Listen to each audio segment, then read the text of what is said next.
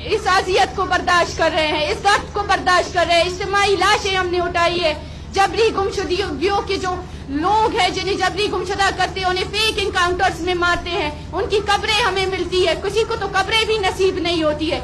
जब ये जो यूनिवर्सल राइट है, जो मरने के बाद हर इंसान का हक होता है कि उसे उसी तरीके से दफनाया जाए, उसके खानदान को उसकी शिनाख्त का हक हासिल है, लेकिन जब हम उन पर सवाल करते हैं तो ये सवाल पर भी हमें गिरफ्तार करते हैं और हम पे लाठियां बरसाते और हमें दहशतगर्द करार देते हैं।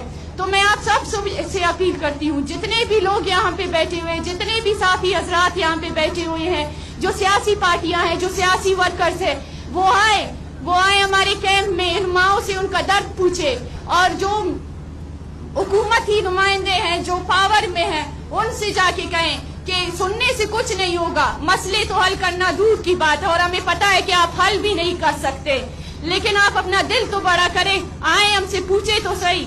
और मैं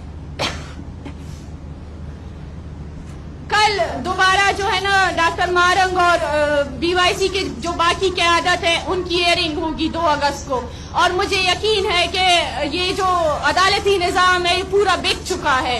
ये दोबारा रिमांड पे भेजेंगे और इसी तरह तूल देंगे कि इनको बंद रखने का भी, और ऐसे FIRs है जिन पे चार्जेस ही नहीं बनते हैं, जो स्पीच के ब्याफ पे उनके खिलाफ FIR किए गए हैं या प्रोटेस्ट के, और वो सब कुछ मीडिया में मौजूद है। लेकिन इन्हीं चीजों को मीडिया के अंदर जो टोला बैठा हुआ है वो तोड़ मरोड़ कर मेरी बहन और BYC के क़यादत के खिलाफ इस्तेमाल कर रहे हैं कि ये दहशतगर्दों की प्रॉक्सीज हैं, ये फलान की प्रॉक्सीज है। अगर प्रॉक्सीज है तो आप 3 महीने 15 दिन MPO के कानून के तहत क्यों रखते हैं?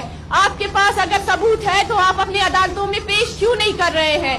आप बेबुनियाद FIR से क्यों नहीं रखा हुआ है? आपके पास सबूत नहीं है जो आप मीडिया के जरिए प्रोपेगेंडा कर रहे हैं।